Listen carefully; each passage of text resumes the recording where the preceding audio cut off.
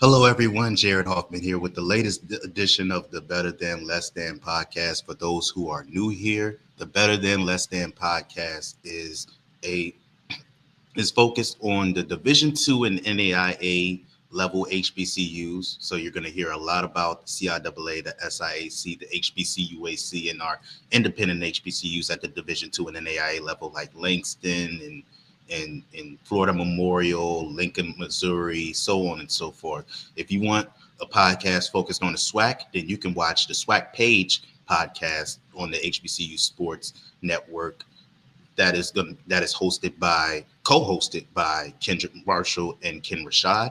Or if you want some of the MEAC in the North Carolina A&T, Tennessee State, and Hampton news, then you can watch the MEAC and More podcast with Chris Stevens. That usually airs on Wednesdays, and the SWAC page podcast usually airs on Fridays. So this is the Better Than Less Than podcast for the Division II and NAIA HBCUs. So if you can, please leave a like, comment, and subscribe to the HBCU Sports YouTube channel. You can also become a member, a level 1, 2, or 3 member to get some exclusive content from the HBCU Sports team. Or you can always go to hbcusports.com for all the latest news and sports, and follow us on all of our social platforms. We are on Twitter X, we are on Instagram, we are on TikTok, we are on Blue Sky.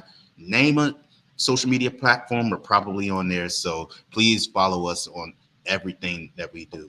Now, we were going to talk about, as you can see by the title, some track and field with the Division II and NAIA track and field championships coming up in about 2 weeks. The NAIA track and field outdoor track and field championships start on the 21st of this month and will run to the 23rd. And the Division II outdoor track and field championships run from the 22nd to the 24th. So that was going to be the main topic of the podcast, and we're still going to talk about that. But we had a bit of breaking news that came out today that jumped to the top of our docket, and that is Morgan Price of Fisk, national championship gymnast, announced that she is entering the transfer portal. Now, for those of you who may not be in tune with gymnastics, especially HBCU gymnastics or Fisk University, let me give you the rundown. So Morgan Price, well, let's backtrack. First of all, let's talk about how Fisk was the first team to establish a gymnastics program, and Talladega College later on followed in that blueprint with Fisk in 2021. I believe it was either 2021 or 2022 that Fisk established their gymnastics program, and their first big recruit was Morgan Price. She was a 5-star recruit, initially had committed to the University of Arkansas, but decided to transfer and join Fisk's inaugural program, making history as the first HBCU gymnastics program. And she lived up to billing. She became the first HBCU gymnast to record a perfect score in the uneven bars. Now, I'm way out of my base here because I'm not the biggest gymnastics expert in the world, but that just hearing somebody be the first person to get a perfect score in an event in gymnastics is historic. Being part of the first program, you're already a part of history, but she's the first person to get a perfect score in an event. And then she went on to become the first person to win a national championship in an event. I believe she did that on the balance beam. I could be wrong about that. But, Morgan Price, she essentially is our Simone Biles. She's our Nadia Comaneci. She, as Ken said it, she is a trendsetter in the HBCU athletic space. The same way Kristen Johnson, who was a part of the Talladega College program before they unfortunately had to disband their gymnastics program, and she's now at Temple. We support Kristen and everything that she does, and wherever Morgan Price may end up, I'm pretty sure the big programs of the SEC and the Big 10, Big 12, ACC, they are going to come calling, and we are going to support her wherever she goes. But a tremendous loss for Fisk University and a tremendous loss for HBCUs in general. She put out a statement on Twitter, I believe, on Instagram, following her entry into the transfer portal. I'm gonna pull it up so I can read it for you real quick. So it it says on her Instagram page that this has honestly been one of the hardest decisions I've ever had to make. But after a lot of thought, reflection, and prayer, I've decided to enter the transfer portal for my final year of eligibility. Fisk University gave me a purpose bigger than myself. It gave me a historic opportunity to be a part of something no one had ever done before, to represent the first ever HBCU gymnastics team on a national stage. Over the past few years, I've reached all of my goals and more. I poured my heart into this program. Every routine, every practice, and every moment in the gym has been filled with pride and passion. I've been given this program my all, and it's given so much in return. However, as I look toward the future, I feel called to step into a new chapter, one that challenges me in different ways and allows me to grow even further as both a gymnast and a woman. I'm eager to compete on a bigger stage and reach and ready to push myself to new limits. This choice doesn't take away the love I have for Fisk, nor or is it from a place leaving something behind. It comes from knowing that I've laid a strong foundation and that I'm ready to build on. I will always be proud of what we built and what we could and will continue to build. This place and the people in it have shaped me in ways I'll carry forever. Fisk will always be home, and it has shaped me in ways I will carry forever. Thank you to my family who provides me with constant love and unwavering support. Thank you to all my teammates, coaches, mentors, and everyone who supported me on this journey. I'm excited and nervous for what's next, but I'm walking into it with faith and everything Fisk taught me. I hope to continue to have your support. No, this isn't the end, just the next chapter. This is not a goodbye. This is see you again soon. So that is Morgan Price after announcing that she will enter the transfer portal. And Fisk, class personified, wished her well on her future endeavors. And losing a Titan like that is huge, but she is going to continue to toe the HBCU banner, similar to how Kristen Johnson's doing now at Temple. Wherever she's at next, she is going to do great things. I have no doubt about that. Going to continue to set records, continue to make a name for herself in this gymnastics place, and whatever she chooses to do going forward. Now, before we get into our bigger topic, we have one more thing we have to get out the way, and that is my alma mater, Bowie State University, in the softball the Division II tournament for softball. They are the only softball team from an HBCU that was selected to the tournament. The Bulldogs are coming off winning their third straight CIAA championship in softball. They went perfect in CIAA play this year. I believe it was either 15-0 or 16-0 this year in softball in conference play.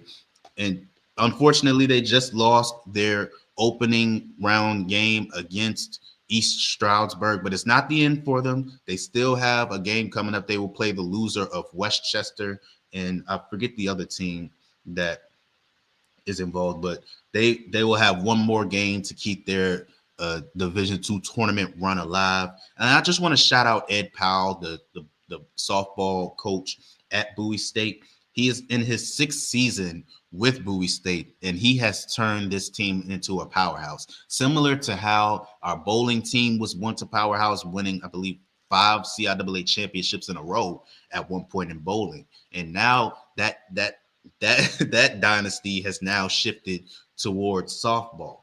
And I couldn't be more prouder of my ladies. And hopefully they're able to keep their tournament run alive, in this winner go home matchup against either Westchester or, man, I'm blanking on the other team that's in the tournament that they will have to face next.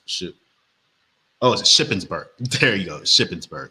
Okay, so yeah, just wanted to give them that shout out. I'm not, again, I'm way out of my depth talking about softball, but and gymnastics, but you know, I know my alma mater, and I when I see my school doing big things, you know, I gotta shout them out. So hopefully they're able to keep that run alive. And yeah, that's that on that. So now we get into the big topic of the day, and that is track and field. So the D2 championships and the NAIA championships are coming up later this month, and there are quite a few uh, uh, athletes that you'll want to keep your eye on. Last year was a successful year in track and field as a whole for us. You know, Jamarian Stubbs at the Division I level for Alabama State. He made it to the Olympic trials finals in the 200 meters, and so he if he had finished in that top three, we would have had an HBCU guy in the Olympics. You know, actively competing. You know, Jamarian Stubbs is still in college, still has a chance to become a national championship in that 200 meters. You know, so that just shows you the level of success that we've had. And then you go to the Division II level and the NAIA level. You have Michael Tatnall last year, who won the triple jump championship at the NAIA championship for Voorhees. Jamal Morris, who we'll get into in a second, finished second in the 200 meters at the last year's NAIA championships, running a 26.66. Keeper Moore, another guy we're going to talk about in a second, ran a 10:13 in the 100 meters and finished third last year in the NAIA championship. Shareem Hamilton in the 400-meter hurdles ran a 50.65 and finished third in that event. If you go to the women's side, Odisha Nanton and Maria Diamond each finished in the top four of the the Division II championships last year. And Lincoln's women 4x4 team, they finished third in the 4x4 relay with a 3 minutes and 34 seconds. And even if you go to this year's indoor championships for D2, Tyson Williams with Johnson C. Smith, he won the 200-meter national championship. Spoiler alert, that's going to be a guy that you're going to want to look out for in the outdoor championships. And I believe there's the Lincoln women, the Lincoln, Missouri women. They won the 4x4 relay national championship. Shout out to Lawrence in the comments. Fort Valley State and Long Beach State are in the men's volleyball tournament today on ESPN Plus. So please look out for that. Lawrence, if you could provide the time of that game so people can know when to tune in to that game. So shout out to Fort Valley State's men's volleyball team competing in the national tournament today. That's rare because there's not many HBCU men's volleyball teams. So for Fort Valley State to be in a national tournament and have a chance to become national champions, that's big for them. So shout out to the Wildcats and good luck in that game against Long Beach State. But back to the topic at hand, we got a couple of athletes that I want to highlight that I think could potentially be in line to come away with national championships. So he says 5 p.m. Eastern Standard Time. So if you are by your TV set at 5 p.m. Eastern, go to ESPN Plus or go to your computer, go to ESPN Plus to watch the Wildcats compete for a national championship in the men's volleyball tournament. So back to the topic at hand. There's a couple of athletes that I want to highlight for you that I believe could have big days in their respective national championships. First of all, we have Jamal Morris, who I just spoke about for Dillard. He comes into the national tournament with season's best times of 10:47 in the 100 meters and a 21:08 in the 200 meters. I was supposed to upload the qualifying times for the D2 and NAIA track and field championships, but let's just pull it up. We're live. We're gonna do this real quick because I have it on my computer. While I'm getting that pulled up real quick, we just want to talk about Keeper Moore real quick. This is a guy that, again, Jamal Morris.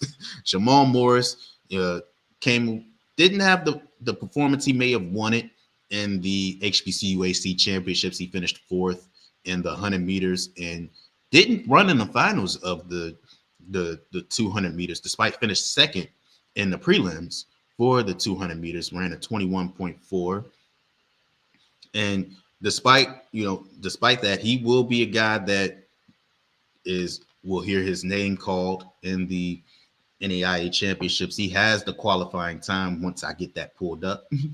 uh, he has the qualifying standard for the NAIA championships. Boom, here we go. So he actually has the B standard time. So the A standard for the 200 is 20.97 and the B standard is 21.21. So he might have to wait to hear his name called, seeing seeing if anybody else at the NAIA, depending on how many people have that standard time in the 200. So if he does get selected to the NAIA national championships, it will be in the 200 because he doesn't have the standard for the 100 at with his season. He just barely doesn't have the standard time for the 100 with a 10.47. And look out for that Dillard 4x1 team. They made it to the finals, the 4x100 relay team. They made it to the finals of the NAIA championships last year. And I see them being a player this time around as well. Also, shout out to Zula, who I believe that was the other team that made it to the finals of the 4x1 along with Dillard. Speaking of Zula, Xavier University of Louisiana, for those who don't know, we have Jaheen Bell, who is a 400-meter runner and also specializes in the 400 hurdles. He just came off winning national championship, not national championships, conference championships in the Red River Athletic Conference in the 400 meters and the 400-meter hurdles. So he is somebody that I think could potentially have a big performance this year. Last year he finished sixth in the NAIA outdoor championships, and then this year's indoor championships he finished fifth in the 400 meters. In the 400 meters, had a 47.55, just 0.2 seconds off of his season's best time of 47, 0.02 seconds off of his season's best time in the 400 meters. If he were to be selected to the outdoor championships, it'll more than likely be in the 400 hurdles. I wouldn't be surprised if he got picked up in the 400 meters as well, but I think he's a guy that could be a big player in this year's outdoor championships and could come away with a top 3 finish, continuing that trend. We've had a number of guys in D2 and in NAIA come away with outdoor championships and top 3 finishes. So I think that Jaheen Bell could continue that trend. Moving on to D2, we have Keeper Moore out of Albany State, who I just highlighted earlier. He had a season best. Actually, I don't have his season best times on me right now, but last year he ran at 10:13 in the 100 meters and finished in third in that event. And he finished fifth in the 200 meters. And shout out to Ed Gilbert, who has now graduated from Albany State. He finished third in the 200 meters in that same year. So Keeper Moore is somebody that I think has an opportunity to come away with that national championship. More than likely in the 100 meters, that's his better event. His season best time this year is 10.24. And he's coming off SIC championship wins in the 100 and the 200. Finished second in the 4x1 behind, I believe it was Benedict. It was Benedict that came away with that 4x1 championship. This is Albany State's first year running without Ed Gilbert on that 4x1 relay team. But they could be somebody to look out for in that 4x1. Benedict as well in that 4x1. They were 0.05 seconds between each other. So look out for both of those teams to potentially make the finals of the 4x1. But Keeper Moore is somebody that you should look out for in the 100 meters. And I wouldn't be surprised if he had a big performance in the 200, potentially made the finals and maybe got in that top 4, top 3. So Keeper Moore is, I believe, a junior this year, and he has big things ahead of him. He has some big things ahead of him. He's been consistent since he's gotten to Albany State, along with, that 4x1 team who I could definitely see coming away with a top 5 finish this year.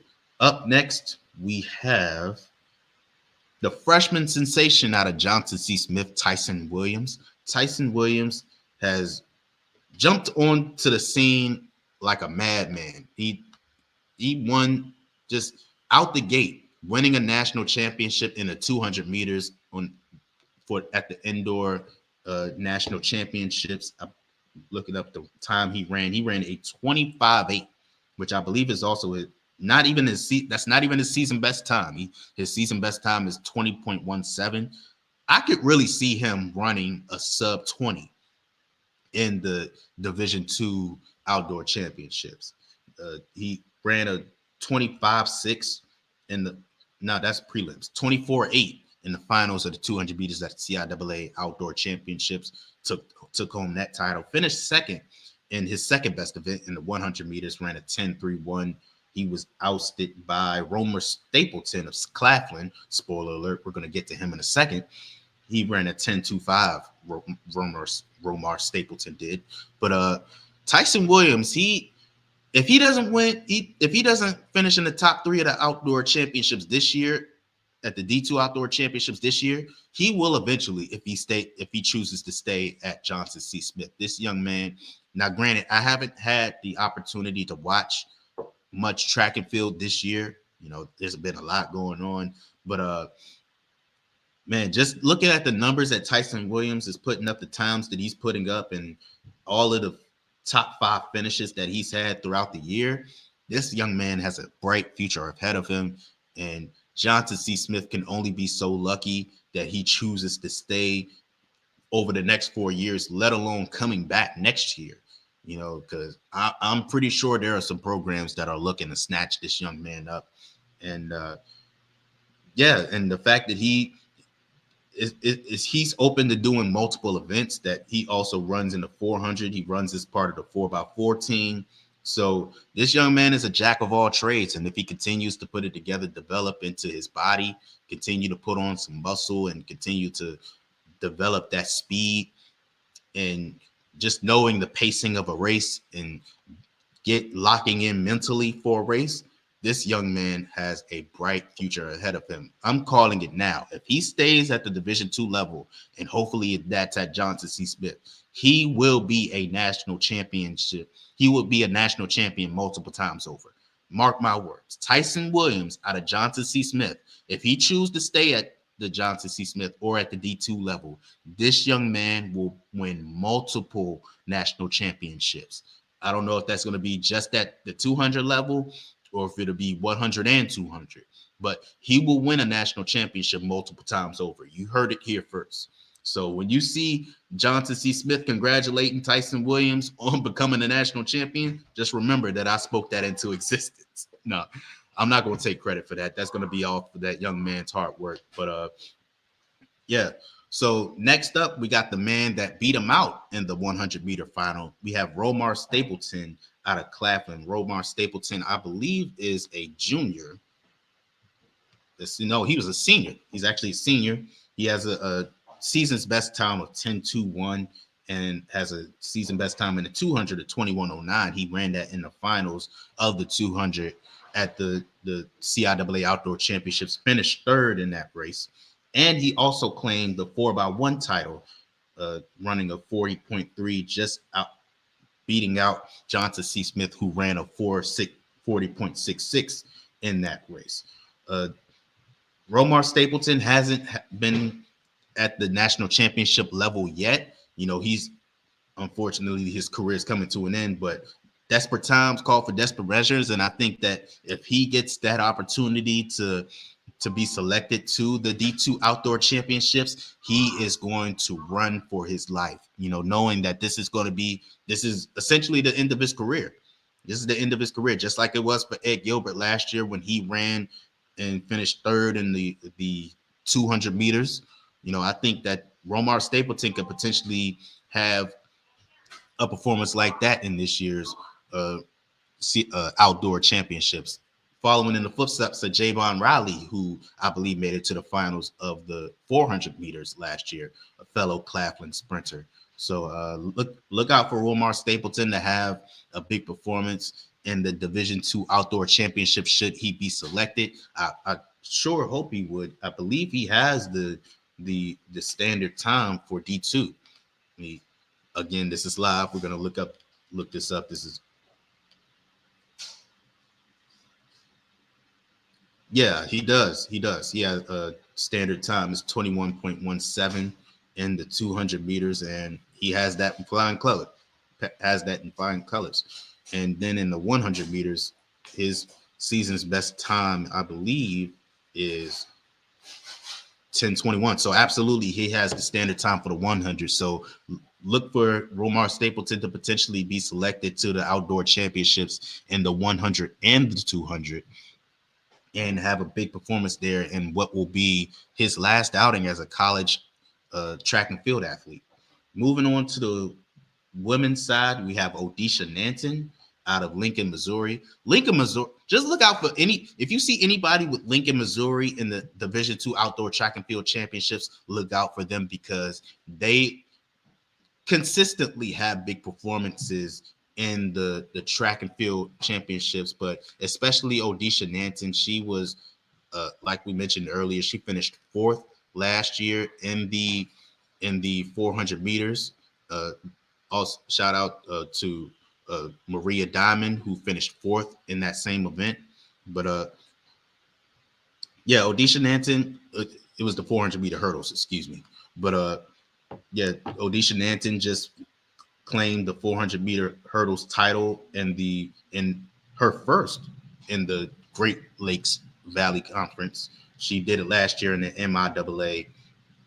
So she's a two-time conference champion and is looking for her first national championship in the 400 meter hurdle. She has a season's best time of 57.62 in the 400 meter hurdles. So look out for her to have a big performance in that event. That absolutely crushes the standard time for that event. The standard being a minute and 2.10 for the women. So she blows that out of the water, and she is absolutely going to run better than that in the championships. So look out for her. And then also her teammate Shantae George, who was a 100 and 200 meter runner. She recently claimed national champion, conference championship in the 100 meters. She ran a 11.43 in the finals, blowing out the field.